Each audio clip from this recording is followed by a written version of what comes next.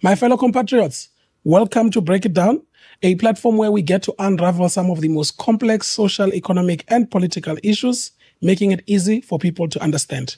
I'm your host, Itumele Mpofu, and on this platform, we take the complex, we turn it into a conversation.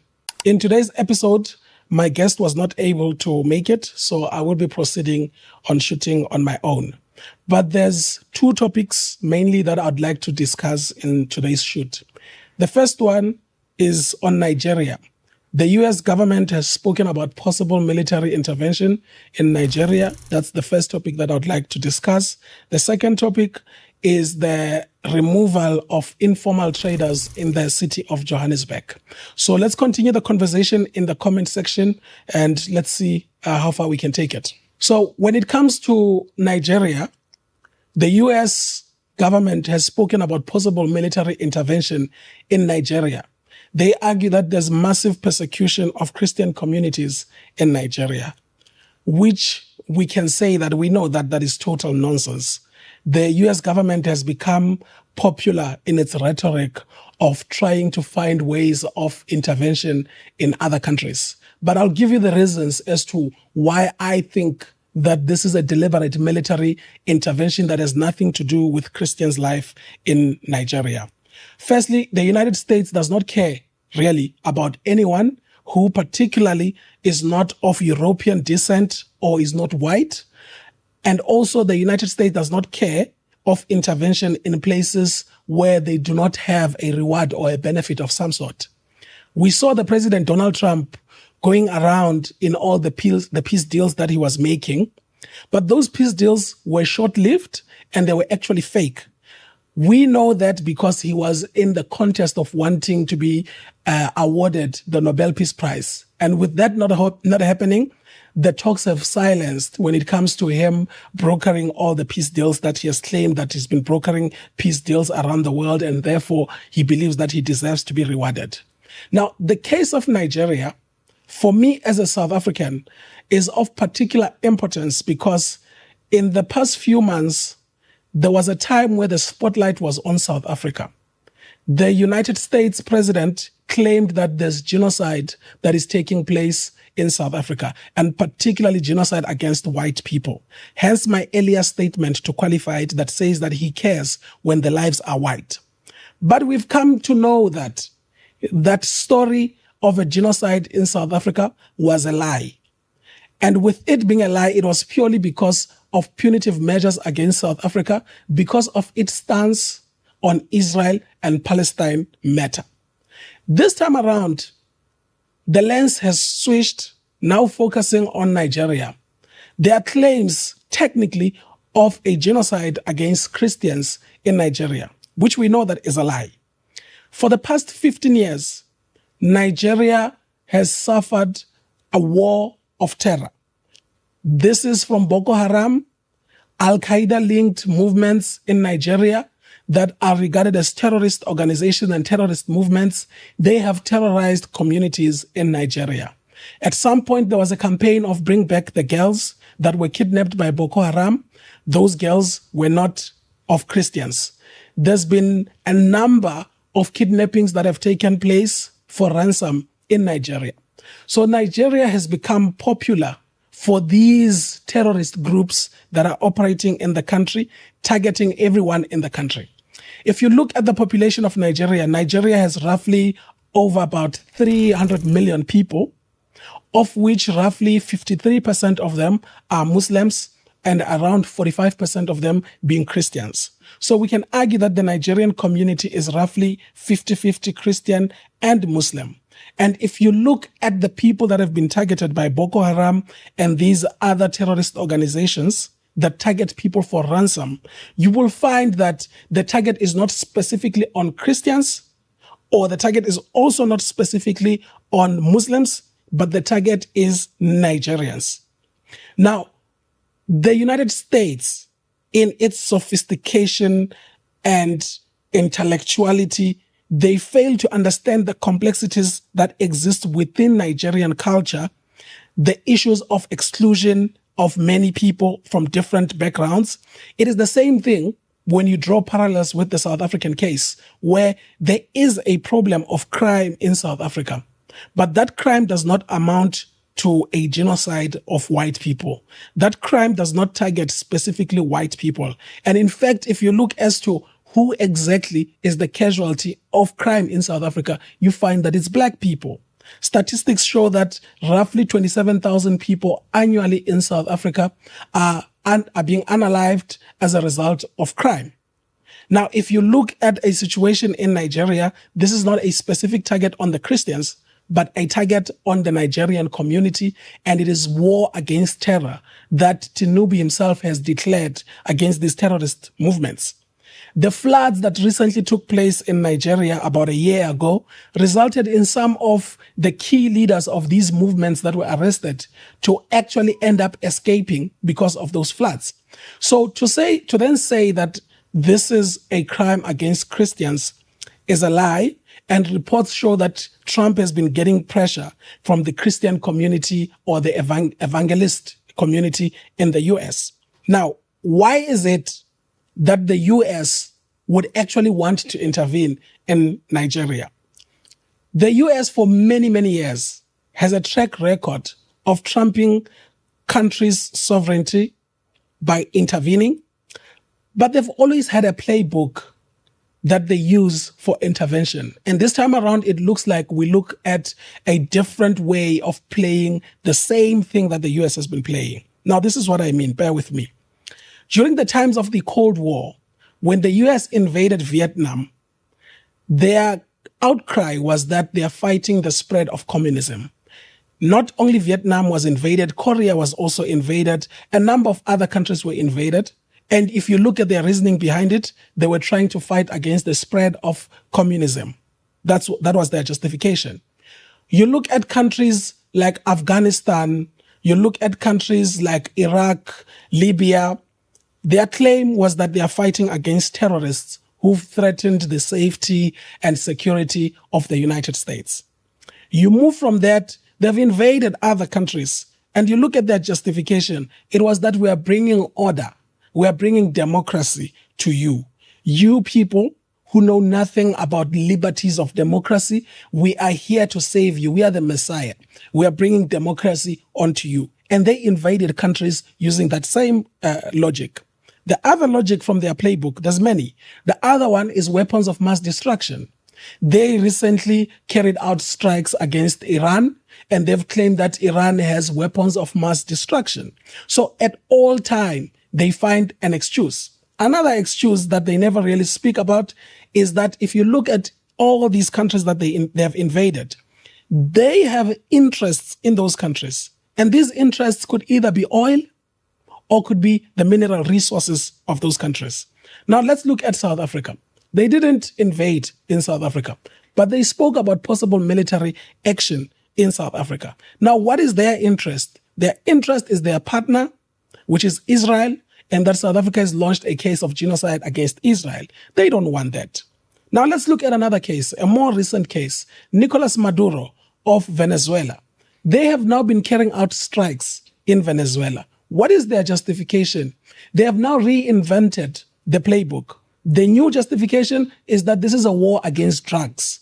They claim that Nicolas Maduro is of the head or member of the cartel of the Latin American countries, and therefore they feel that he must be smoked out and destroyed. What they actually want is regime change so that they can be able to have access to the resources of Venezuela.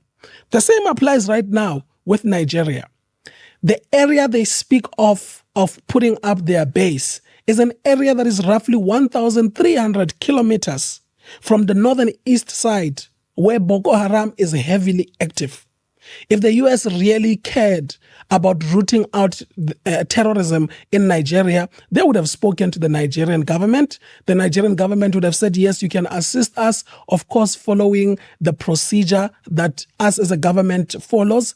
And then they would have done so that they can be able to root out Boko Haram, because the Nigerian government itself is fighting against Boko Haram. They would have done that, but that is not their interest. The area that they wanted to station their military base is actually an area that is known as the capital of mineral resources of Nigeria. And in any of these countries that the US gets to invade, the country never ever becomes stable. You look at Iraq, you look at Iran, you look at Afghanistan, you look at Syria. I can spend the whole day mentioning each and every single country that the US has ever invaded and what the justification was. You will find that they revolve around all these justifications that I gave. Fight against communism, liberty, bringing you democracy, humanitarian intervention, weapons of mass destruction, and now we have the new ones, which is fight against drugs, right? We have another one, which is fight against a genocide. So essentially, in any place where the US has no interest, you will not find them intervening there. Or it could be that their interests are too subtle for them to be able to go in. Or the place is already been infested with other players that are at war and they don't want to be part of it. Now, there are countries that are facing serious troubles that if the US really cared about human rights, if they really cared about the people and they wanted to save the people, the war in Congo continues. Even after there's been claims of a peace deal that has been signed, the war in Congo continues. The war in Sudan continues. There is massive humanitarian crisis in Sudan as we speak.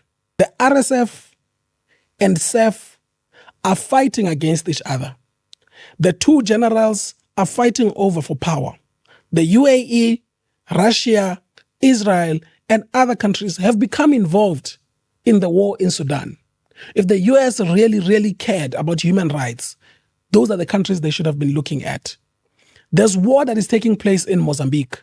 If the US really cared about human rights, they would have been asking, how can we assist you? And even then, you would need permission from the people, from government itself, or in the cases where there's a total collapse and civilians are actually dying, then that's where there could be talks via the United Nations, because that's the role of setting up an institution like the United Nations. And then the United Nations could be able to say, collectively, let's go in and intervene under humanitarian agenda. Even though the UN itself is very sketchy, but that's a topic for another day. So essentially, the US does not care about anyone, does not care about anything.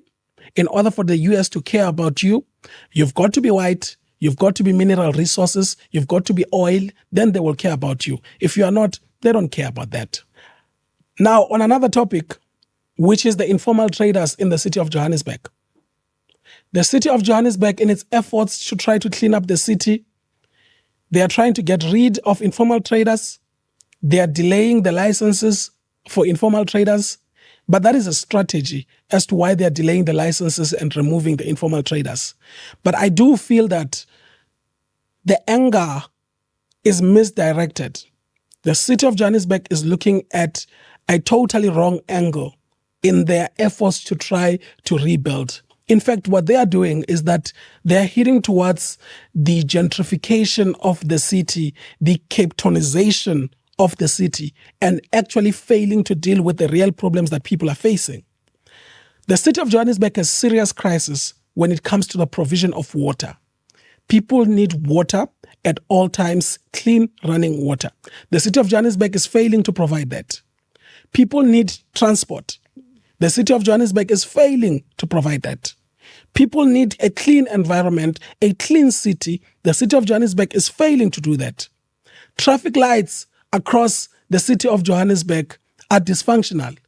The city itself is gradually deteriorating, creating slum conditions within the city. It's becoming unbearable. If someone says, I'm coming from the city, the CBD, the first question you ought to ask is, what were you doing there? But it's in the lived reality of those that come from the neighboring township that actually seek for economic opportunities. They all flock into the city with hopes of coming back home with bread. But the city has made it impossible for people to be able to do that. And in fact, they've bastardized those that actually go to the city, our mothers and fathers who go to sell as informal traders so that they can be able to generate something. They have then been bastardized by the city. While the city is supposed to actually focus on the real problems, they're actually failing. There's a phrase I've heard from a colleague of mine that says, something along the lines of being careful on the scent, but being wasteful on the dollar, meaning that essentially you are losing the bigger picture. You are focusing on something that you are not necessarily supposed to be focusing on. And that's what the City of Johannesburg is trying to do. Instead of cleaning up the city and making it effective for people to travel up and down, because essentially economy within the city would mean the movement of people from one area of the city to the next. People being able to access the products, the goods that are sold, money exchanging in the city. That's what economy is. And that's the process that they should be boosting. In fact, instead of trying to bastardize those that are actually working hard to make sure that the city is economically viable. That's where they are failing. In actual fact, one of the areas that the City of Johannesburg is supposed to be looking at is a high number of hijacked buildings within the city. Revamp those buildings so that you can provide social housing for people, so that you can provide dignified sanitary housing for the people. But instead of doing that, they're looking at the wrong target. Again, losing the lens on where you should be focusing, but focusing on the wrong thing. Right now, elections are coming, and there ought to be some running around to make it seem as if we've been trying to fix up the city. But we know that for a very long time, the city has been unbearable. Services have been dysfunctional. There was an explosion that happened in Johannesburg through a gas. That gas explosion resulted in the road being destroyed. The road has been fixed after a very long period of time, something that they should have been treating it as an emergency and fix that road because it's one of the traffic congested areas of the city. They took the longest time to fix that road. And even after that, those that have seen the road are actually saying that it is not satisfactory, the standard at which they have fixed that road. So instead of focusing on things that matter, they continue to look on the side. So my fellow compatriots, it's a wrap. These are the two topics that I wanted to discuss. Let's get into the comment section. Let's discuss and see how far we can take this conversation. Again, if it's big, if it's bold, if it's hidden underneath the headlines on this platform, we will take it, we will strip it apart, we will dismantle it, and we will break it down for you, making it easy for you to understand. So stay sharp, stay woke, and keep questioning every single thing. And make sure that you follow us on all our social media platforms that are linked in the description. And also make sure that you hit the notifications bell so that every time when an episode is ready, you get the notifications. Done.